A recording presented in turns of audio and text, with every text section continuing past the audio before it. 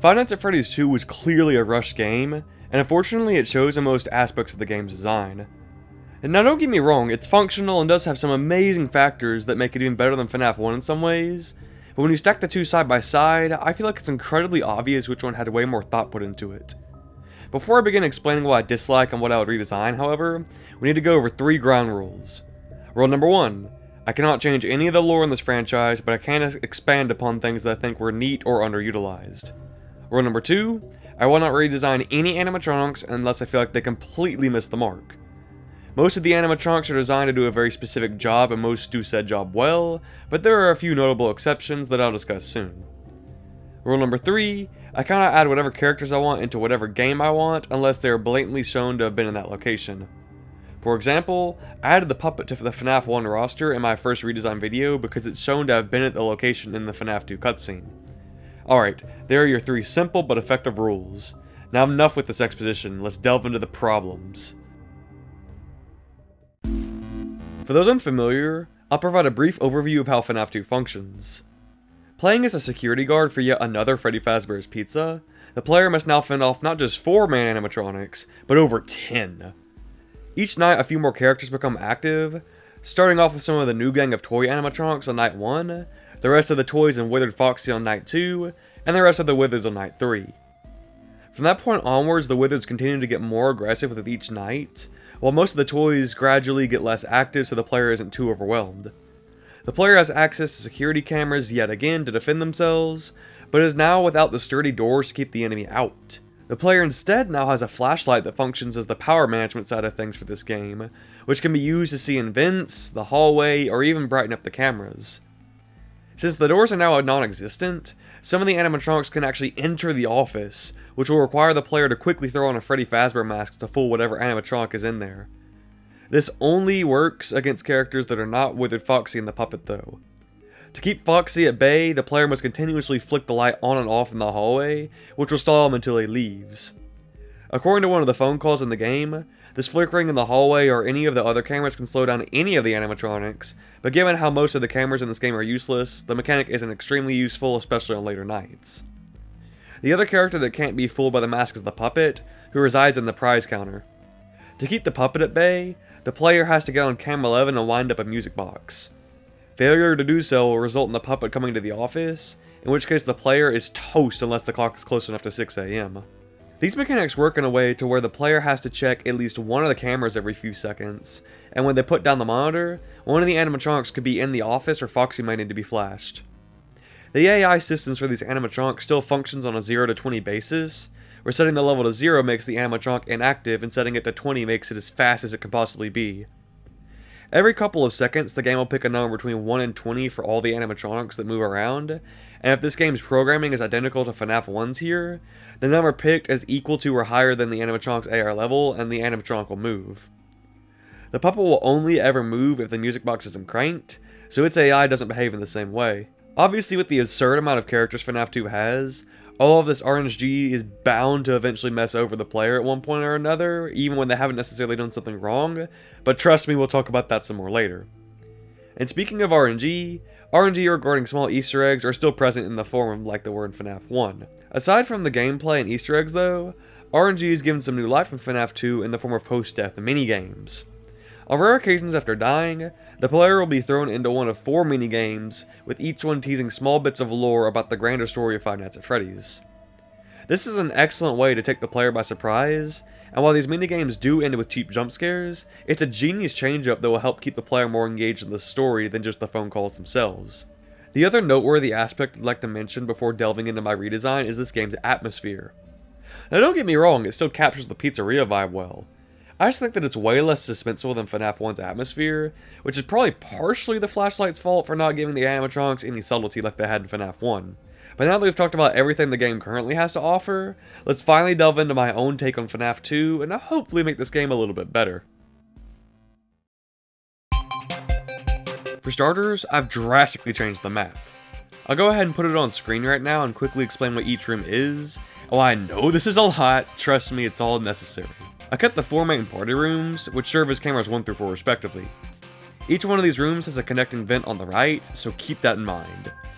Cameras 5 and 6 cover the right and left vents respectively, similar to how they function in base FNAF 2.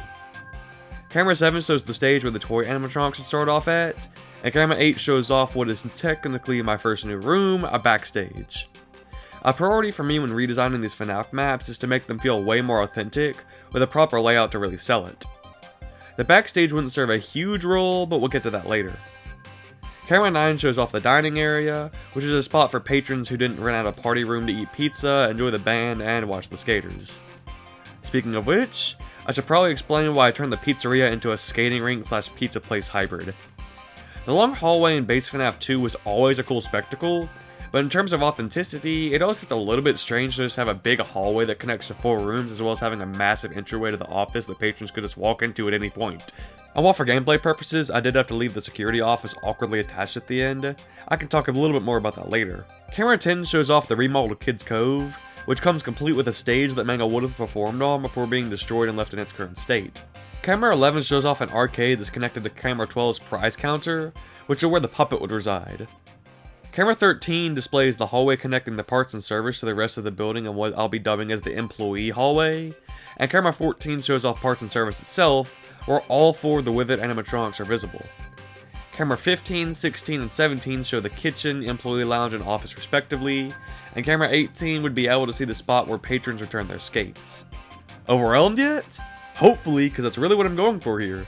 Base FNAF 2 has a focus on overwhelming the player primarily through a massive character roster, and I wanted to take that idea and expand upon it to the maximum. When it comes to character mechanics, there was a lot of work to be done. The Wizards more or less replaced the toys and later nights of base FNAF 2, which is just redundant and doesn't provide anything new gameplay-wise. Most of the characters in FNAF 2 suffer from this problem, honestly, and the ones that don't aren't exactly fan-favorite characters because of their mechanics. To begin with, let's take a look at the toys. In my redesign, all of the toys would start on the stage, same as base FNAF 2. Toy Freddy would gradually make his way down the rink into the front of the office, and could gradually be seen getting closer if the player shines their light down the hallway. The only camera Toy Freddy would be visible on, aside from camera 7, would be camera 9, and after that, it purely comes down to keeping track of where he is in the rink until he enters the room, in which case the player would have to throw on the Freddy mask to get him to leave. Which reminds me, I am indeed keeping the Freddy mask mechanic, but I will be reworking it a bit for certain characters. Continuing with the toys, Toy Bonnie would make his way to the right side of the map and go into one of the 4 party rooms. From there, he would enter the right vent, and eventually get inside the office. Before his cycle begins, he might on occasion go backstage to mimic FNAF 1 Bonnie, but only by chance. Toy Chica would make her way through the dining area, occasionally to the skate return, Kids Cove, the arcade, and ultimately the left vent before entering the office. The Freddy mask would still be able to fool both of these threats, making the toys pretty easy to deal with on their own. Mangle would obviously begin in Kids Cove, but would be able to attack the player from any direction it wanted. Mangle could begin towards the left vent through the arcade and suddenly swap past and head to the front of the office, which is where Mangle's loud garbling would come into play as an audio mechanic. While Mangle could be followed on the cameras, it would be much more convenient to just listen for which direction Mangle is in and know when to throw on the Freddy mask. Another little twist for Mangle would also be the ability to corrupt cameras, as whatever camera Mangle is on would be one that would continuously freak out until it leaves. This would make keeping track of summoning enemies much harder, but keep Mangle from devolving into just another character with barter mechanics. The only other character I wanted to delve into before the Withers would be Balloon Boy, who doesn't function too differently from his base FNAF 2 counterpart. Balloon Boy would begin in the employee lounge, and cycle between camera 15, 16, and 17, or the kitchen, employee lounge, and office respectively. Eventually he would get bored and charge the office, and when I say charge, I do mean charge. I thought it would be interesting if Balloon Boy functioned somewhat similarly to Foxy in FNAF 1, so here's how it would go. Let's say the player knows Balloon Boy is no longer at one of his 3 cameras. This would mean the Balloon Kid has rushed the left vent and is seconds away from entering the office. The player would need to quickly throw on the mask to deflect him, but failure to do so would result in a loss of 1/4 of the battery life for the flashlight. Because of how easy it would be to lose track of Balloon Boy by night 5, I figured cutting the player a bit of slack here and not taking away their entire flashlight like what happens in FNAF 2 would be a way more balanced game. Now without further delay, let's talk about the Withereds. Withered Freddy, Bonnie, Chica, and Foxy all begin in the parts and service room just like they do in base FNAF 2, and would start being active in the later nights of the game. Withered Foxy would quickly rush to the edge of the skating rink, and barely be visible on camera 9. He would be visible in the hallway and not fooled by the mask, just like his base FNAF 2 counterpart. The difference is in how the player goes to deal with him. While continuously shining the light on and off down the hallway would delay Withered Foxy, it would take a certain external help to properly get rid of him. Who is this external help? Yeah, we'll get there, don't worry. Withered Bonnie and Chica would attack from the left and right vents respectively, with Withered Bonnie going through the hallway, Kids Cove, the arcade, and eventually the left vent. Withered Chica would go through Kids Cove and either make her way through the rink into one of the other party rooms, or she would delay herself a bit by detouring through the arcade first. There would be an in-between spot where she would only be visible on the rink through the hallway, or if she goes into Party Room 1, she would be visible on camera 9. Withered Freddy would come to the front of the office like he does in base FNAF 2, making his way through the arcade exclusively before entering the front of the office. Now while I know these guys just sound like their base FNAF 2 counterparts, they do have a key difference. The mask will not fool any of these guys due to their older technology. If Withered Freddy, Bonnie, or Chica enter the room, it is a game over. This raises the obvious question of how to stop them, so let's talk about the only character that I haven't mentioned yet, the puppet. The puppet resides on camera 12, the prize counter, but unlike in FNAF 2, the puppet cannot attack the player. Sort of. The music box mechanic would still exist and need to be wound up, but failure to keep it wound would not result in a game over at the puppet's hands. The reason the music box would need to stay wound up is so that the player could actually use the puppet against the Withered specifically. In my FNAF 1 redesign, the player had to play the music box over whatever camera the puppet was at to send it back to its box. The mechanic here functions similarly. The player can summon the puppet to any camera they need to, but doing so would unwind the music box by 50%. If the box isn't cranked up to 50% beforehand, the puppet cannot be used. Obviously, this would then require the player to make sure the music box is cranked at all times once the Withers are active, which just adds more chaos to the night. So let's say Withered Foxy's on camera 9. All the player has to do is summon the puppet there, and it will calm down the animatronic and send it back to parts and service. This is how the player would get rid of all the Withereds, and given how short their paths are before they get into the office, it would be important to act fast. The music box would obviously need to rewind fairly quickly in order to make this fair, but I really think that this refurbished use of the puppet and the Withereds allows for the camera system to actually be useful. The only reason the player actually needs the camera in base FNAF 2 is to wind up the music box so the puppet wouldn't kill them, but now the player needs to actively be using the cameras by the time the Withereds are coming into play. While the puppet can be used for good, I do still want to serve as a threat. Let's say if the player uses the puppet on a camera where there aren't any Withereds, then its anger increases. While there wouldn't be any sort of UI to show this anger meter, I do think some quick hallucinations of the puppet similar to the ones of Freddy and Bonnie in FNAF 1 would be a really neat way to show how angered the puppet was, and also serve as a distracting punishment for the player if they mess up. Angering the puppet 3 times would result in it rushing the office where it can't be stopped. So to recap for a final gameplay loop, the toys all enter the office the same way they do in base FNAF 2, and the mask still works to fool them. They would move super fast between cameras, and RNG revolving around what rooms they might go into would slow them down even more. Mango could enter the office from anywhere, and appears in any appropriate camera related to the entryways up to the office. Mangle would make a lot of noise, so the player could always keep track of her by listening. The only problem with Mangle is in later nights, because the Withereds are a bit harder to find when the cameras are really fuzzy.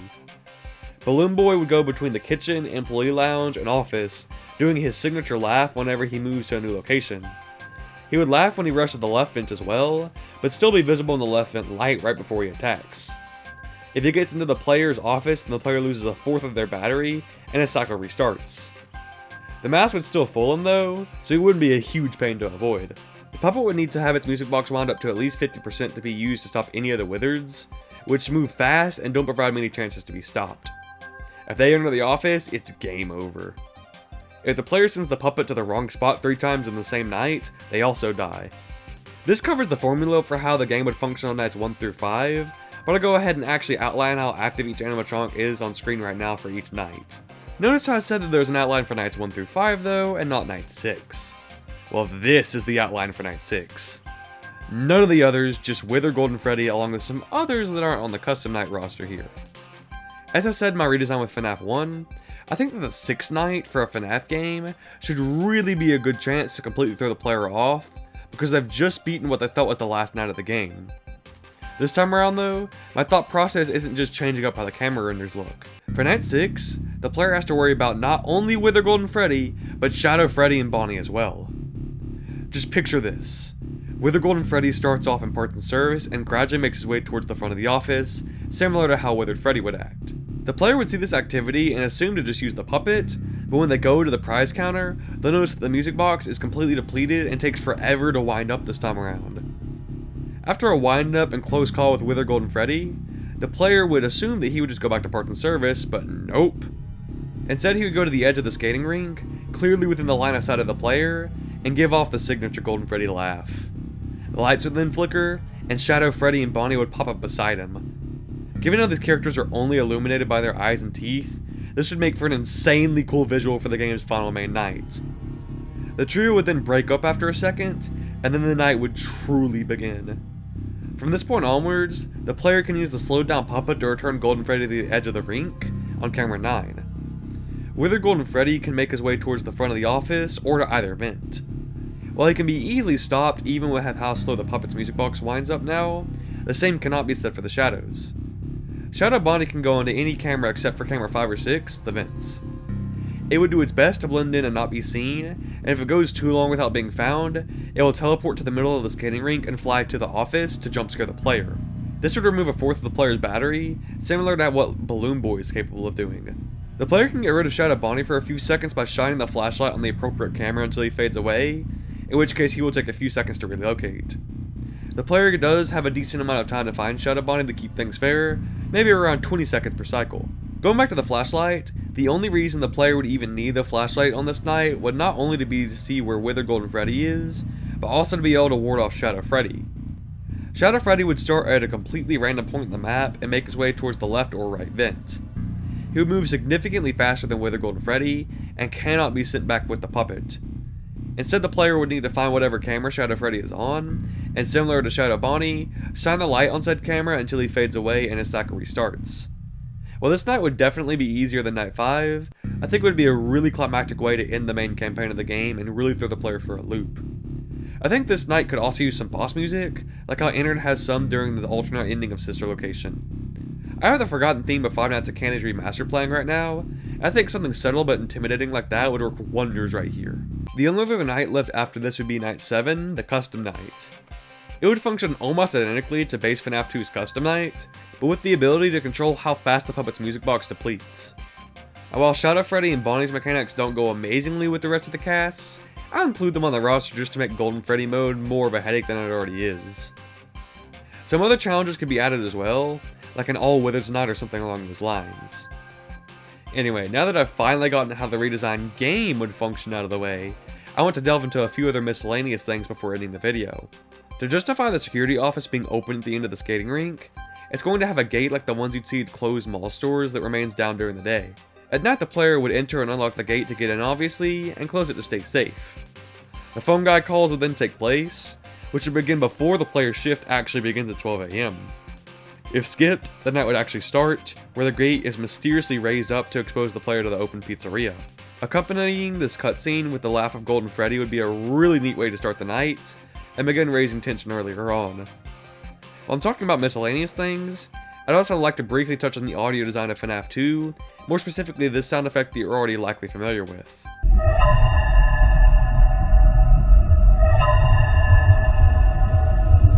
This sound is practically on loop during base FNAF 2 once Night 3 begins, and gets pretty annoying as time goes on. The sound could still exist in my redesign, but only when Withered Foxy himself is at the end of the hallway and nobody else is.